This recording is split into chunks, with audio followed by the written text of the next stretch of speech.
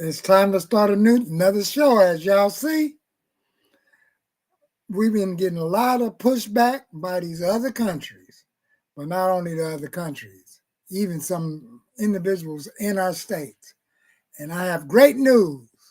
Subscribe on Tariff. Subscribe to the screen. I have great news about tariffs, just to educate the community. So we're going to look at these things, and I took a few notes. And feel free to educate yourself with this screen so we can get the membership up. And let's start it off with one of these good old videos right here so we can have a discussion. Feel free to write in the chat. Send me some more information, because tariffs basically, to me, is tariffs is basically in a short term fair exchange, fair exchange, no robbery. That's how I look at tariffs. Fair exchange, no robbery. And for years, us as the United States have been, just quite generous specifically. So all the uproar and everything about tariffs, this might be a screen where you get to see some of the things debunk.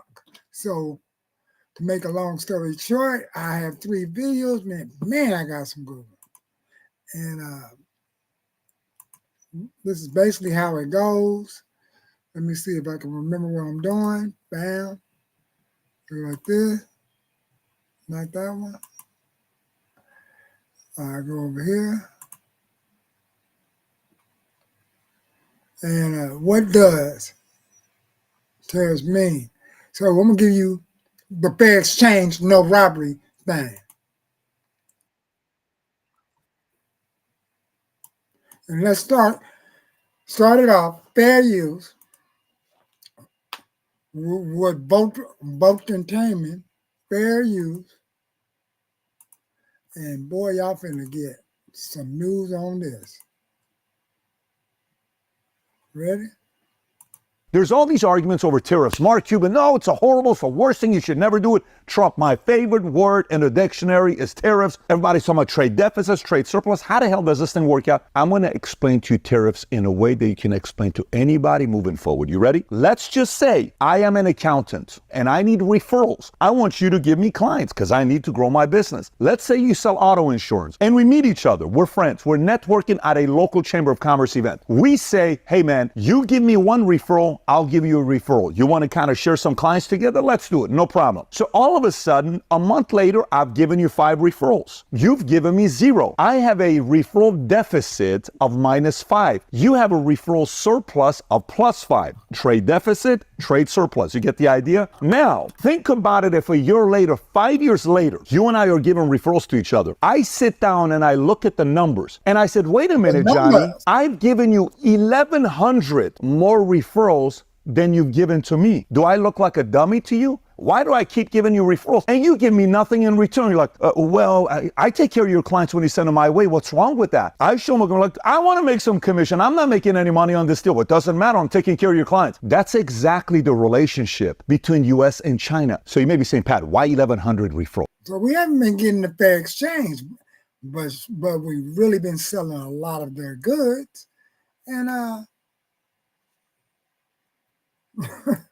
that's export and import business. So let's keep the screen moving. What's the big deal? Here's what the trade deficit of U.S. with all the other countries worldwide is. If each referral equaled $1 billion, our trade deficit is $1.1 trillion against the rest of the world. We've given the rest of the world $1.1 trillion of business more than they've given us. What the hell are we doing in America? Is this what it is? And we just give everybody business? And by the way, guess what country in the world has the highest trade surplus? Who has taken more referrals than anybody else in the world? What country do you think that is? It's China. Do you know how much more? $823 billion more than they've given to everybody else. You know what China is saying? Hey, don't tell anybody, man. They keep sending us business and we don't need to send. They're not saying shit to us. Keep taking the money, and boom. Oh shit, this guy got elected. His name is Trump. This guy's problematic. He doesn't like this stuff. What do we do? Release a virus, do this, what do we do with all this stuff? Let's shut down the entire world so this guy doesn't get reelected. Oh my God, thank God all these other guys show up. What do we do with these guys now? That's the whole concept of tariffs, trade surplus, trade deficit, and why it's becoming a topic of discussion where Mark Cuban is reacting to it, Trump is reacting to it, and everybody else in business wants to really get to the bottom of it. If you get value out of this video, give it a thumbs up and subscribe to the channel. Let's take a look at the countries in the world that are leading in trade surplus and trade deficit. Let's first look at trade deficit to see who's doing a good job and who's not. If you look at deficit, I already told you who's at the top, which is us, but then look who's next after us. You'll see next is UK with 270 billion. They give referrals out more than they receive. Then it's India at 240. Then it's France, Turkey, Hong Kong, Japan, Philippines, Spain, Egypt, Greece. All of these guys are not having anybody buy more from them. They're buying more from others than they're selling themselves. Look at the ones that have the leaders in trade surplus. If you notice this, China's obviously at the top. Who's second? Germany. 225. Quietly, they're selling 225 more. No one's talking about Germany. 225. Russia. 120, Saudi Arabia 111, Netherlands, Brazil, Australia, Norway, Taiwan, Qatar. You see the rest of the names there? So imagine you're the CEO of this company called United States of America, and somebody is getting more referrals and more business from you than you're giving to them. You think that's okay? Should you not go renegotiate old contracts? It's like a lot of companies. When you go to a company, you're like, who negotiated these contracts? Tariffs and sanctions are all about negotiations. And if you don't have any leverage, you can't. So, to make a long story short, who negotiated these contracts? Ain't this, now do y'all get it? Now you see why, they use shaming language against Trump. They try to say, he sent out the buzzword fake news. They change the words of what he said and make it sound like it's something else. And then the other thing that's tripping me out, watch out for these catchphrases, trade wars. Notice he didn't say nothing about a trade war. A lot of the other people, just only certain individuals, trade wars. Now there's a trade war going on. I'm mad. Countries are mad. It's because they've been coming up. They've been developing their countries, feeding their families, and I have no problem for Trump wanting some of our industrial plants, our aluminum plants, our everything to get back to robust speed so we can have some businesses back.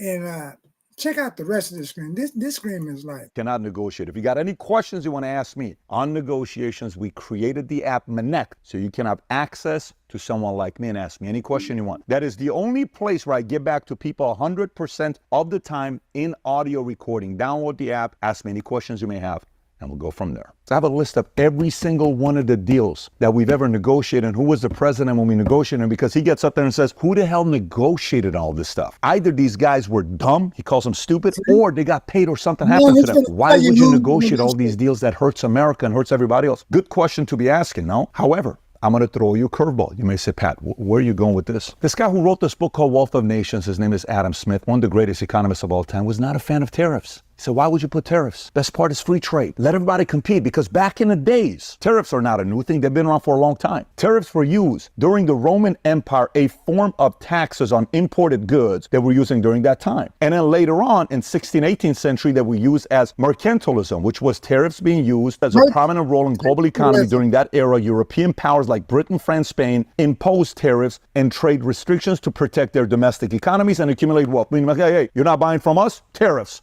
You're not buying from it? Tariffs.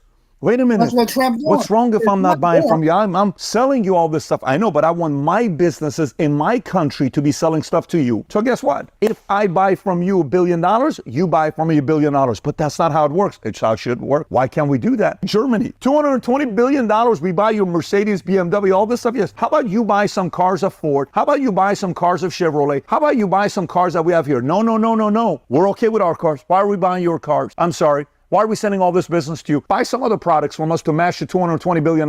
No, that's not how this works. Bullshit. We're giving you the money. Guess what? You don't want to do that? Here's tariffs. That's the leverage a president has. However, when Adam Smith came out and he said, in order to have free trade, tariffs disrupts it. Let everybody go compete because it causes the price of goods to go lower, which he's not wrong. Like when Toyota came in here in 1958, sold the first Toyota, and in 1972, Toyota sold 1 million Toyotas in a year. It's like, oh my God, we have to find a way to lower the prices. Ford, we can't compete with these cars. They're cheaper, they're giving more miles per gallon. We got to make our cars better. So all these major companies in America that were like able to make all this money, oh man, this isn't a good thing. Why do we let Toyota come into America? Free trade, free trade, free trade.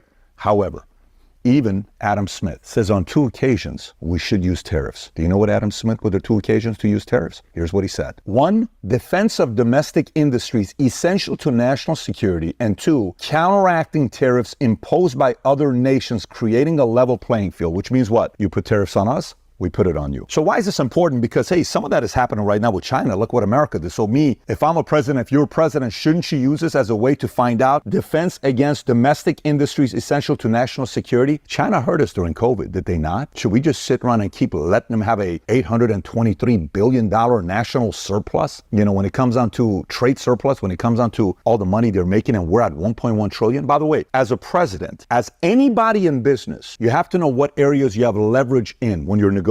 The tools of sanctions that Trump used against Iran, or the tool of tariffs that Trump used against China.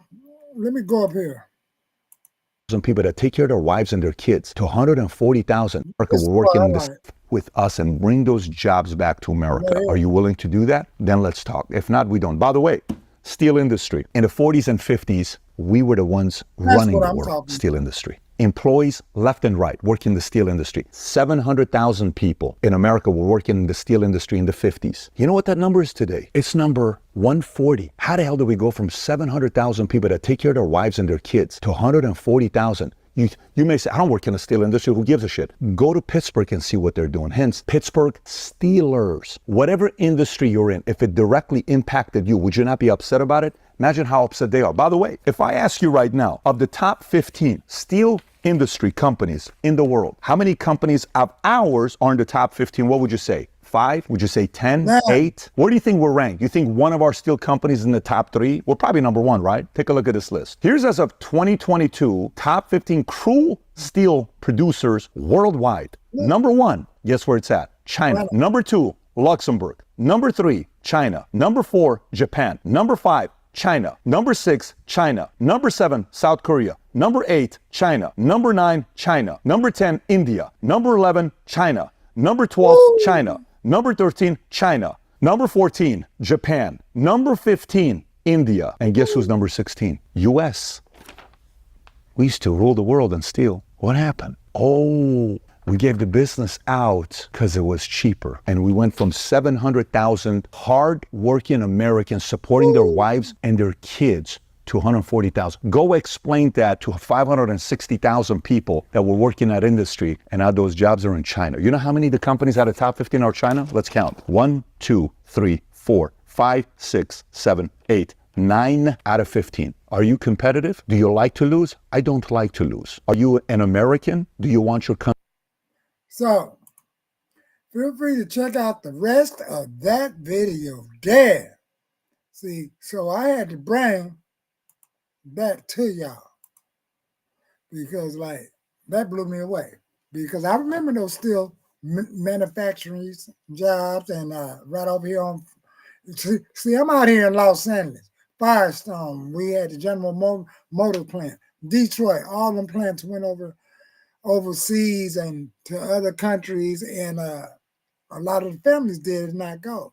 I actually seen families just grew apart, just break up, just split, stressed out. So, you know, man, and it came suddenly, and it came up under certain administrations. I believe Clinton was in office at one time when some of these companies left. I don't know if the Bush, but watch the rest of the video. He'll give you some cues on most of these corporations and companies that didn't left us. Now we're up here to 14 minutes, and I'm gonna see if I can tie in this one more clip. I need y'all to get a very good view of what's really jumping off here. And I like the way, and I put this part right in the thumbnail. So I'm gonna see if I can find it real quick. And that's this one.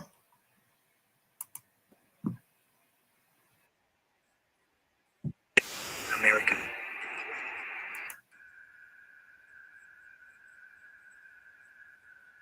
All right.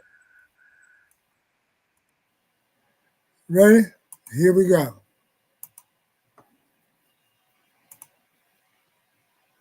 Tariffs are taxes or duties imposed by one country on goods and services imported from other countries. They are typically used to protect domestic industries, encourage local production, and raise government revenue. Tariffs make imported goods more expensive, which can shift consumer demand towards locally produced alternatives. Donald Trump's philosophy on tariffs is rooted in his broader economic and political beliefs, often referred to as America First. Trump believes tariffs are a tool to protect American jobs and industries. For years, he argued that other countries like China were taking advantage of the U.S. with unfair trade practices. Trump believes large trade deficits harm the American economy. Trump argued that tariffs can reduce deficits by encouraging consumers to buy domestically produced goods.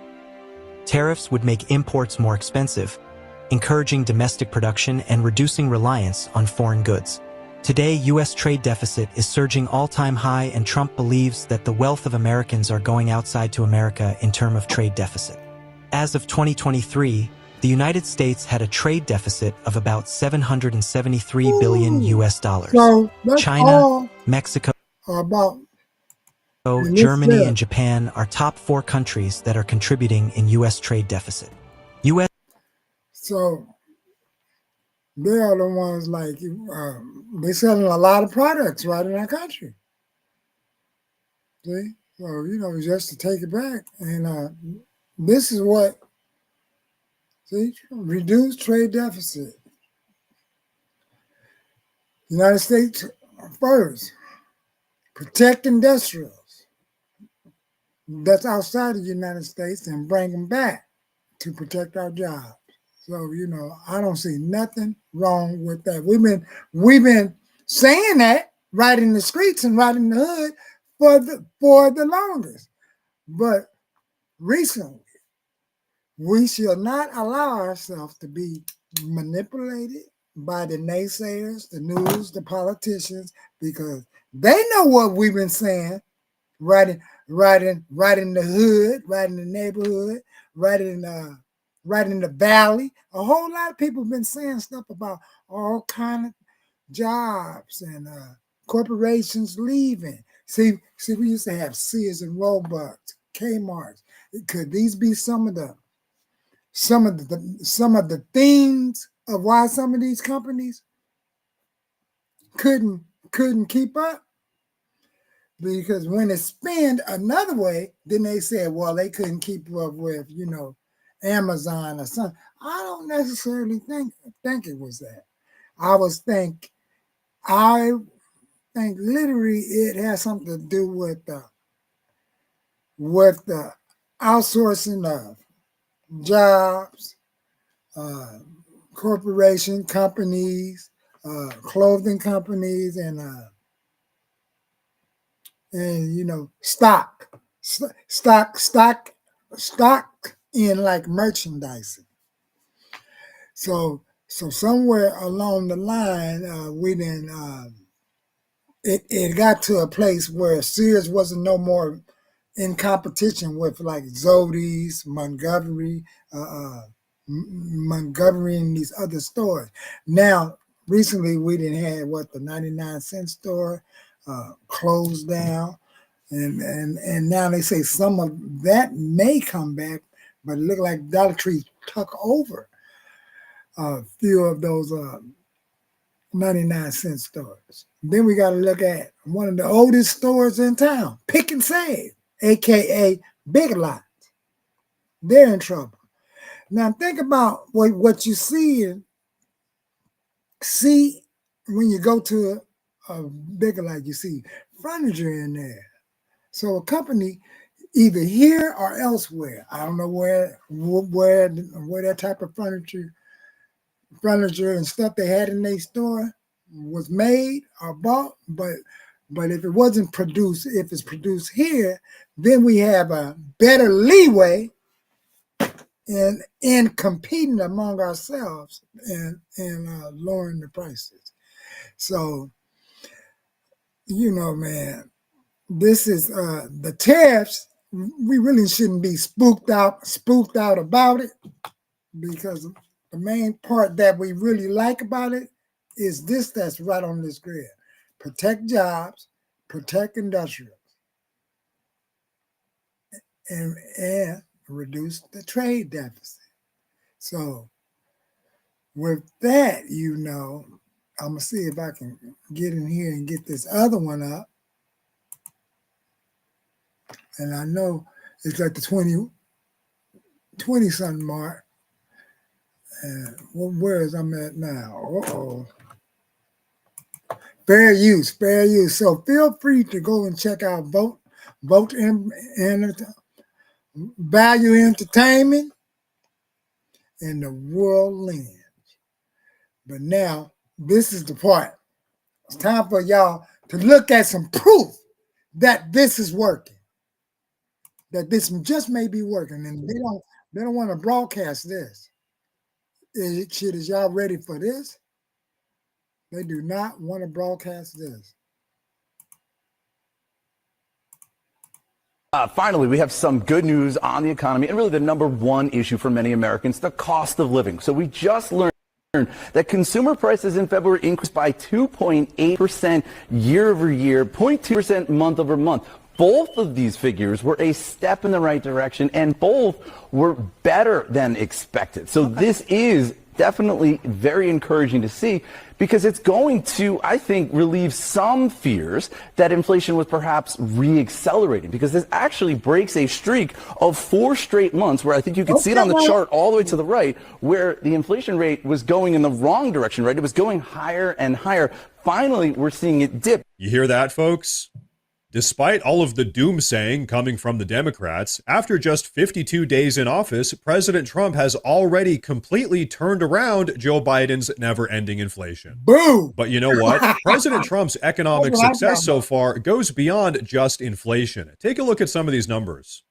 Egg prices are down to $1.83 per dozen. Gas prices continue to decrease. Job growth is up, with 93% of those jobs being in the private sector. Trump's tariff negotiations have all been successful, including with Mexico, Colombia, Ontario, Panama, and Ukraine. Trump has already secured $741 billion in manufacturing investments, with another $700 billion in the pipeline. And guess what? Border crossings are down 93%. So all of that is to say that so far, President Trump is absolutely killing it. Now, folks, I want you all to hear what President Trump had to say just the other day about this ongoing ridiculous Democrat narrative of an upcoming recession. But first, I want to say real quick, if you guys enjoy the daily news coverage, please consider subscribing to the channel, because it really does help a lot with my daily struggle against the... In the wrong direction, right? It was going higher and higher. Finally, we're seeing it dip. You hear? See? Look. Look at those numbers. Consumer Price Index. If you want to see if these numbers are accurate, always look at the Consumer Price Index. See? Very encouraging to see, because it's going to, I think, relieve some fears that inflation was perhaps re-accelerating, because this actually breaks a streak of 4 straight months where I think you could see it on the chart all the way to the right, where the inflation rate was going in the wrong direction, right? It was... See? Do y'all see it? February 2019, August 2020, February 22, August. This is like somewhere around COVID stuff. And now we over here from August of 2023 at the bottom, right there. So it's starting to move move up and down, moving up and down during them stock market tricks right here. So, it went up. And we was way down there during COVID in August. And somewhere over there in February, and we took a hell of a dip. So until then, man. Mm-mm-mm.